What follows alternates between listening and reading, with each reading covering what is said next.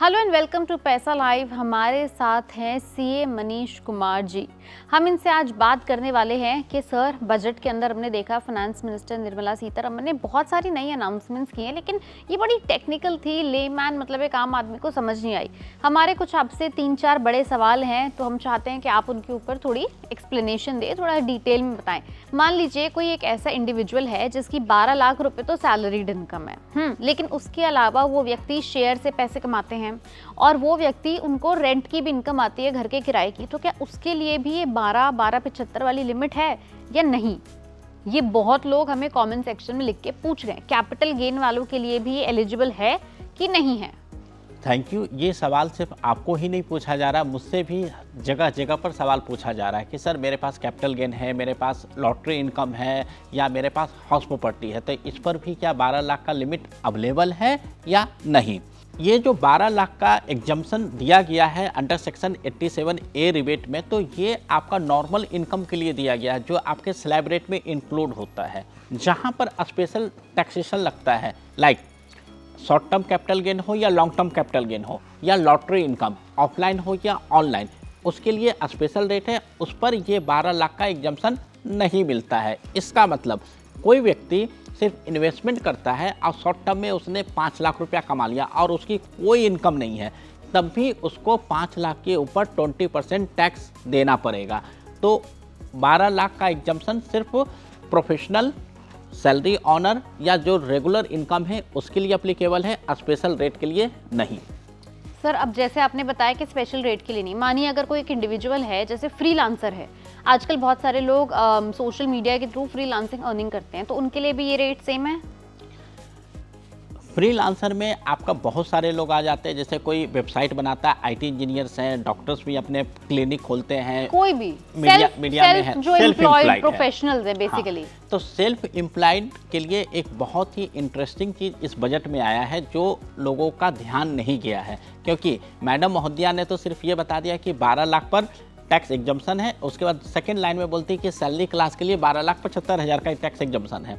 लेकिन जो उन्होंने अनकही बात कही थी, जो अब समझ में आ रहा है कि जो सेल्फ एम्प्लॉयड है उसके लिए 12 लाख नहीं, अगर आपका टोटल ग्रॉस रिसीट 24 लाख है तब भी आप 24 लाख तक को टैक्स नहीं लगेगा। अब मैं आपको थोड़ा सा एक्सप्लेन कर देता हूँ, क्योंकि आप कहोगे कि एक तरफ फिनांस मिनिस्टर कह रहे हैं 12 लाख और मनीष कह रहा है 24 लाख। तो अगर कोई प्रोफेशनल है, वो सेल्फ एम्प्लॉयड है और 24 लाख का रिसीट लेता है, इनकम टैक्स में एक प्रावधान है कि आप अपने टोटल रिसीट का 50% गवर्नमेंट ऑफ इंडिया को डिस्क्लोज करते हैं इनकम टैक्स को, और उस इनकम को टैक्सेबल इनकम माना जाएगा। जैसे सैलरी में 12,75,000 इनकम होने के बाद 75,000 डिडक्शन लिया जाता है, तो टैक्सेबल इनकम आपका 12 लाख हुआ। उसी तर्ज पर ग्रॉस रिसीट का 50% आपका टैक्सेबल इनकम माना जाएगा, और वो टैक्सेबल इनकम अगर 12 लाख या 12 लाख से कम है तो टैक्स नहीं लगेगा। इसी तर्ज पर कोई प्रोफेशनल 24 लाख रुपया अर्न कर रहा है तो उसका 50% हो गया 12 लाख, अब 12 लाख पर कोई टैक्स नहीं लगता, तो एक प्रोफेशनल 24 लाख तक आपको कोई टैक्स नहीं लगता। ये किस सेक्शन के अंडर प्रावधान है? कोई रूल है, कोई सेक्शन है, क्या है ये बिजनेस एंड प्रोफेशन में इनकम टैक्स का जो सेक्शन है 44ADA, जहां पर प्रिजम्पटिव टैक्सेशन का ऑप्शन दिया गया है और सारे फ्रीलांसर और प्रोफेशनल को इंक्लूड किया गया है। बेसिकली अगर कोई डॉक्टर है, लॉयर है और उसकी 25 लाख रुपए कमाई है मान लीजिए, तो उसको सिर्फ 12.5 डिस्क्लोज करनी है, और 12.5 पे तो वैसे ही टैक्स नहीं है, तो बेसिकली वो तो टैक्स फ्री ही हो गए। एक तरीके से टैक्स फ्री हो गया, लेकिन मैंने 24 बोला था, आपने 25 बोल दिया। 25 में क्या है कि 12 लाख तक एग्जम्पशन है, अगला 50,000 पर टैक्स लग जाएगा, तो फिर वो स्लैब रेट में पूरा आ जाएगा। तो 24 लाख तक कोई टैक्स नहीं लगेगा। 24 लाख तक मान लीजिए अगर कोई लॉयर है या कोई ऐसे सोशल मीडिया प्रोफेशनल है जो वीडियोस बनाते हैं, आजकल अपना ये देख रहे हैं कि काफ़ी ट्रेंड है, जितने भी ये ऑनलाइन फ्रीलांसर्स हैं, मान लीजिए अगर वो साल के 20 लाख रुपए कमा रहे हैं और 10 लाख वो डिस्क्लोज कर रहे हैं, तो वो तो जीरो टैक्स में आ गए। बिल्कुल जीरो टैक्स में आ गए। तो ऐसा स्पेशल कैसे? ये एक्चुअली ये प्रोविजन सिर्फ इस बजट में नहीं आया, ये प्रोविजन पहले से ही था, बस इसीलिए मैंने बोला कि मैडम महोदया ने जो बोला उसके पीछे एक और कहानी है। वो कहानी मैंने एक्सप्लेनेशन कर दिया कि आप प्रोफेशनल हो, सेल्फ एम्प्लॉयड हो, तो आपको 50% डिस्क्लोज करने का हक है, लीगली है। और यहाँ पर सबसे बड़ी बात क्या है कि इनकम टैक्स ऑफिसर आपका केस भी ओपन नहीं करता, क्योंकि वो सेक्शन में ही लिखा हुआ है। तो मैं सजेस्ट करूँगा कि जितने भी प्रोफेशनल हैं तो आप 24 लाख तक कमा सकते हैं, आपको इनकम टैक्स कुछ नहीं देना पड़ेगा। जीएसटी एक अलग मैटर है, जो 20 लाख के ऊपर लगता है वो एक सेपरेट चीज़ है। आज हम इनकम टैक्स की बात करें तो 24 लाख के इनकम पर किसी भी प्रोफेशनल को कोई टैक्स नहीं लगेगा। सर इसके साथ ही साथ बताएं, हमने ये भी सुना था कि फाइनेंस मिनिस्टर ने एनपीएस वत्सल्य के लिए भी कोई अलग से स्पेशल टैक्स प्रोविजंस दिए हैं, वो क्या हैं? एनपीएस जैसा पता है कि न्यू पेंशन स्कीम है। यहाँ पर कोई भी व्यक्ति जो काम कर रहा है वो अपना एक एनपीएस अकाउंट ओपन कर सकता है। एनपीएस अकाउंट अभी तक का जो रूल था वो सिर्फ अपने लिए ओपन कर सकता था। अब इस बजट में इसको चेंज कर दिया गया है और यहाँ पर बताया गया है कि आप ये जो एनपीएस का अकाउंट है आप अपने माइनर चाइल्ड के लिए भी ओपन कर सकते हो। इसमें थोड़ा सा 2-3 पॉइंट है जो मैं आपको क्लियरफाई कर देता हूँ। एनपीएस का जो ओवरऑल लिमिट है वो 50,000 है, तो आपका एनपीएस हो या आपके बच्चे का एनपीएस वत्सल्य, एनपीएस वात्सल्य दोनों मिला के ही 50,000 का डिडक्शन मिलेगा। तो बेसिकली कोई एडेड बेनिफिट नहीं है, बस अगर देखा जाए तो एनपीएस वत्सल्य को भी टैक्स के दायरे में, टैक्स फ्री वाले दायरे में लाया गया है। दूसरा इसका जो प्रावधान है कि जब तक आपका बच्चा 18 साल तक नहीं रहेगा तो उसके गार्जियन आप रहोगे, लेकिन जैसे ही वो 18 साल होगा तो उस पर उस बच्चे का नाम आ जाएगा और लीगल होल्डर या उस पैसे का हकदार वो बच्चा होगा। लेकिन ये न्यू टैक्स रिजीम में तो शायद नहीं आएगा, ये ओल्ड वाले बेनिफिट ले पाएंगे। तो इस चीज़ का आप एनपीएस में इन्वेस्टमेंट कर सकते हो, लेकिन आप टैक्स बेनिफिट लेना चाहते हो तो आप ओल्ड टैक्स रिजीम में जाना पड़ेगा।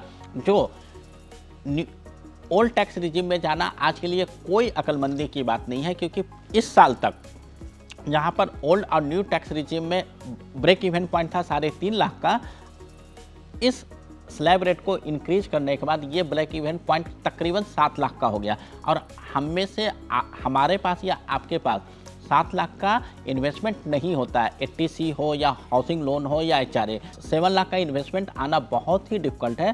सो अब ओल्ड स्कीम में कोई रिटर्न फाइल करेगा ही नहीं। 7 लाख का टोटल इन्वेस्टमेंट होना डिफिकल्ट है, हर फाइनेंशियल ईयर में न्यू होना डिफिकल्ट है?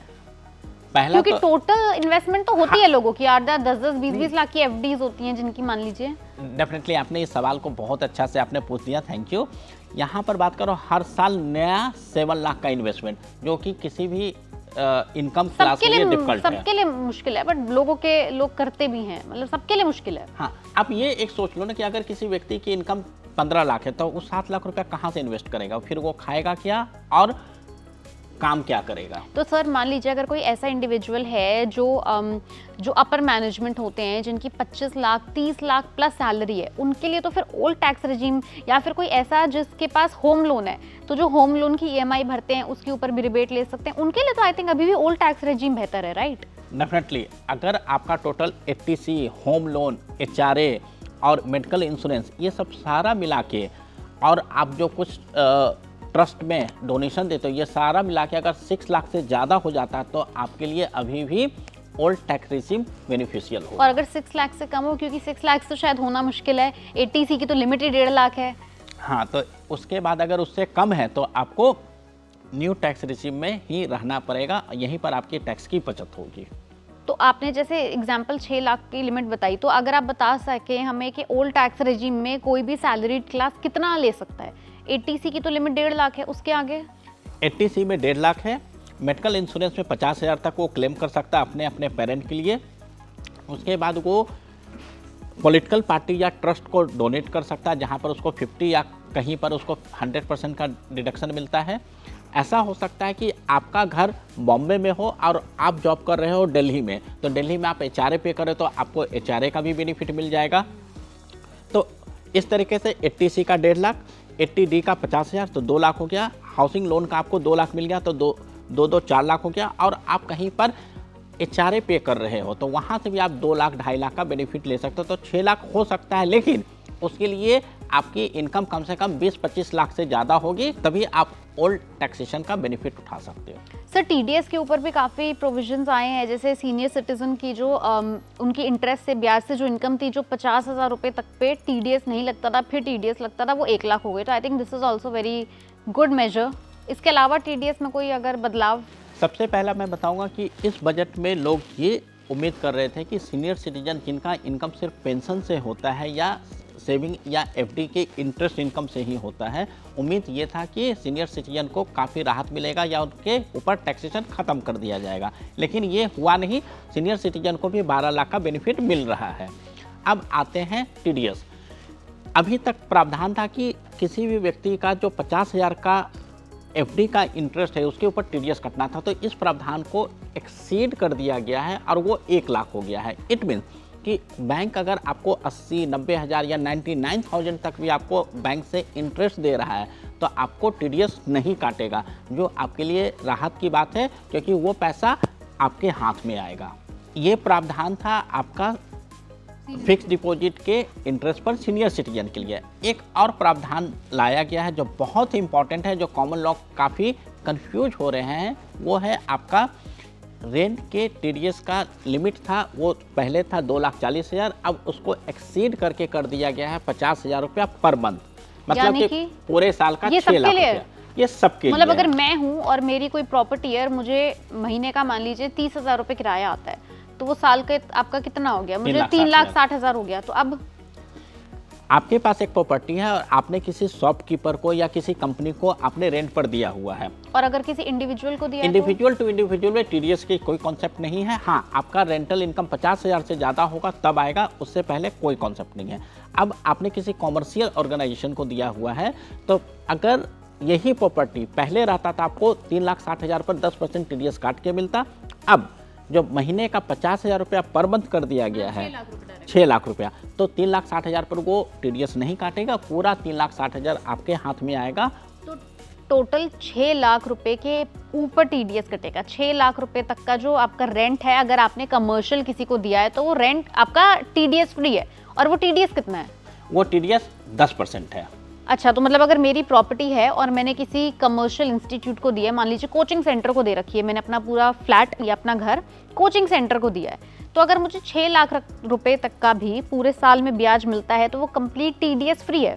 पूरा का पूरा टीडीएस फ्री है वो। लेकिन ये मेरी इनकम जो है वो 12 में तो जुड़ रही है ना? डेफिनेटली। तो मैं तो वहां भी टैक्स फ्री हो गई। हाँ, तो अब क्या है कि अगर यहाँ पर टीडीएस लगता तो ज़्यादा प्रॉब्लम होता। रीजन पूरे साल में आपको 3,60,000 पर 36,000 रुपया कट जाता, फिर आप रिटर्न फाइल करते तब वो रिफंड आपके पास आता। अगर किसी कारण से आप रिटर्न फाइल करना भूल जाते तो वो रिफंड नहीं आता। तो गवर्नमेंट ने जैसे ही इस स्लैब रेट को इंक्रीज किया और टीडीएस का भी स्लैब रेट इंक्रीज किया, तो बहुत सारे लोगों के पास इमीडिएटली पैसा आ जाएगा, जो 1 साल के बाद पैसा आने वाला था। तो ये बहुत बड़ा राहत है। बेसिकली सारे जितने भी प्रावधान आए उन सबका मोटिव हमें दिख रहा है एक ही है कि आपके हाथ में ज़्यादा पैसा रुके, आपके हाथ में ज़्यादा पैसा ठहरे, जिससे अगेन आप कंजम्पशन ज़्यादा करें तो मार्केट में पैसे का इनफ्लो बढ़े। I think as simple as that. Definitely आपने बिल्कुल सही से समझाया इस बात को कि मेरे पास ज़्यादा पैसा आएगा तो मैं अपनी सारे खर्च कर पाएंगे। हाँ, और यहाँ पर सिर्फ मैं एक और पॉइंट ऐड कर देता हूँ कि 12 लाख कमाने वाला व्यक्ति के पास अगर ज़्यादा पैसा आएगा तो वो नॉर्मल रोज़मर्रा की ज़िंदगी से रोज़मर्रा के जो ज़रूरत है उससे ऊपर उठा हुआ है, तो वो लग्जरी पर खर्च करेगा। लाइक वो कहीं ट्रेवल करेगा या फिर वो अपना ऑलरेडी काफ़ी जीएसटी है, जिस पर हैवी जीएसटी है, तो जीएसटी के रूप में भी गवर्नमेंट पैसा रिकवर करेगी और उस कॉर्पोरेट पर भी टैक्स अपना रिकवर करेगी। तो ये जो गवर्नमेंट कर रही है कि मैंने 1 लाख रुपया करोड़ का मुझे लॉस होने वाला है, वो अल्टीमेटली फ़ायदा है और पब्लिक को भी। तो इसलिए मैं कह रहा हूँ कि ये बजट पब्लिक के लिए भी और गवर्नमेंट के लिए, दोनों के लिए विन विन सिचुएशन है। Well, thank you so much sir, आपने इतनी सारे सेक्शंस की और इतने सारे प्रावधान जो हमें मिले हैं उन सबको डिकोड किया। उम्मीद करते हैं हमारे व्यूअर्स को काफ़ी कुछ समझ आया होगा, बट स्टिल अगर आपके कोई भी सवाल हैं, आपके कोई क्वेश्चंस हैं, क्वेरी है, कन्फ्यूजन है, तो हमें नीचे कमेंट सेक्शन में लिख के ज़रूर बताएं। हम कोशिश करेंगे कि हम जल्द से जल्द उसे एड्रेस कर पाएँ। Thank you so much for watching us.